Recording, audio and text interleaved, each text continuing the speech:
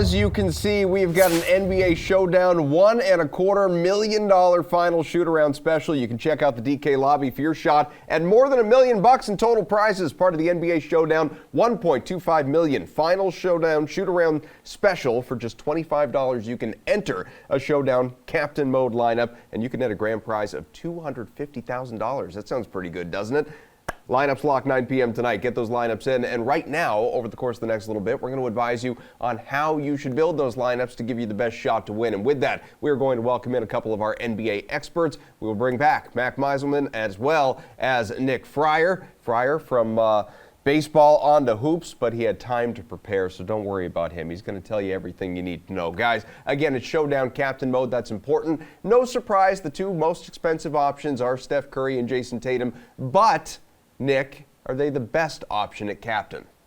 Look, I do think that they're good options. I think Tatum has shown versatility in his game. You can absolutely go and back him tonight. But if you're looking at trying to maybe roster those two guys or maybe roster a couple other mid-tier guys, I do think Marcus Smart at 11.7K is a good option because when you look at what he's done when the Celtics have lost games in the postseason, he's missed 2 of those games, but then in the other 4, he scored at least 18 points and logged either 7+ assists or 7+ rebounds. Of course, you can get you a couple steals mixed in there too and rack up both assists and rebounds at the same time, not just exclusive to one or the other. He's coming off too bad of a game to not respond here. Whether you're looking at three-point shooting, whatever it is, he is going to clap back. So in rostering him, like I said, gives you a ton of flexibility when you're trying to put maybe those 2 stars we're talking about, Steph Curry and Jayson Tatum, on your roster, or maybe another guy, Jaylen Brown, who you want to feature as well. Well, Lord knows, Matt, paying down a captain gives you more flexibility and utility, obviously, but, what's the move here? So I do like Marcus Smart a lot also. Not sure about him as a captain, so I'll come back to that, but Tatum does deserve to be the highest owned captain on the slate. The problem is for tournaments, if other people are onto that, then it's just hard. I mean, it's hard price-wise to play Tatum in the captain slot and make a competent lineup. The one caveat I'll give is that if we do find out that Gary Payton and or Otto Porter don't play, it's just easier to fit those guys in. So I'm not sure yet, right? This is going to depend a little bit on what the injury news looks like.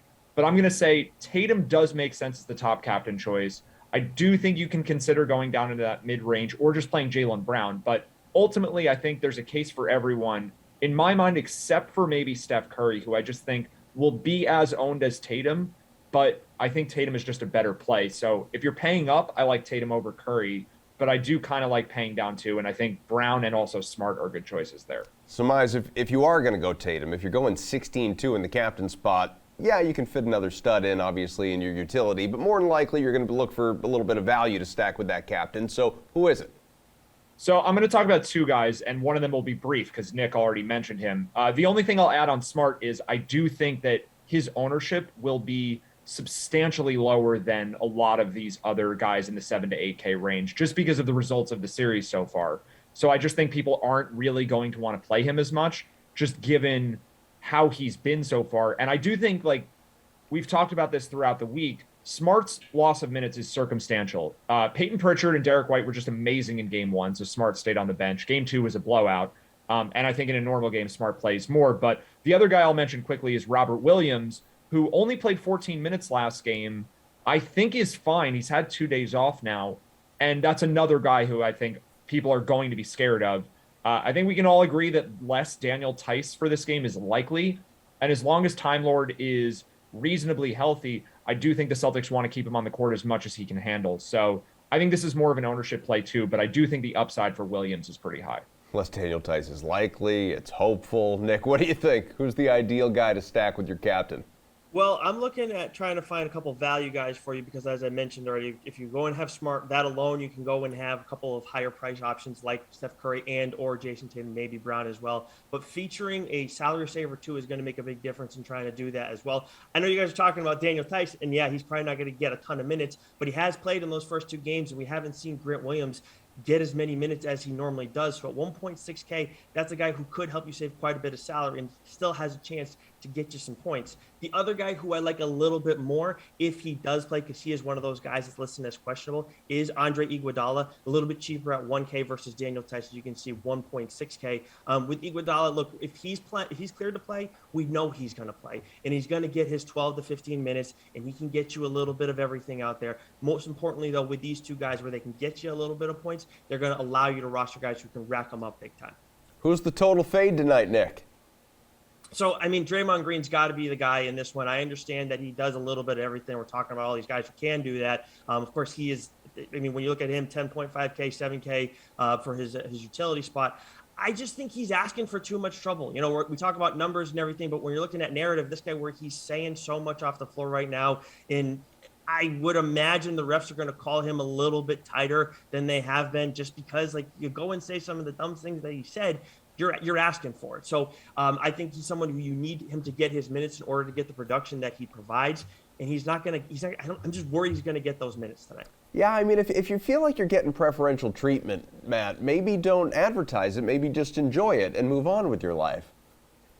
Yeah, this is a weird situation. I mean, just to add one more thing to Nick's point before I pick my own guy, Draymond's only 7K, and he's much cheaper than the rest. He's cheaper than the rest of the other players in this price range. He's right at the bottom of, I guess, the starters who are playing big minutes range. That's how I'll say it.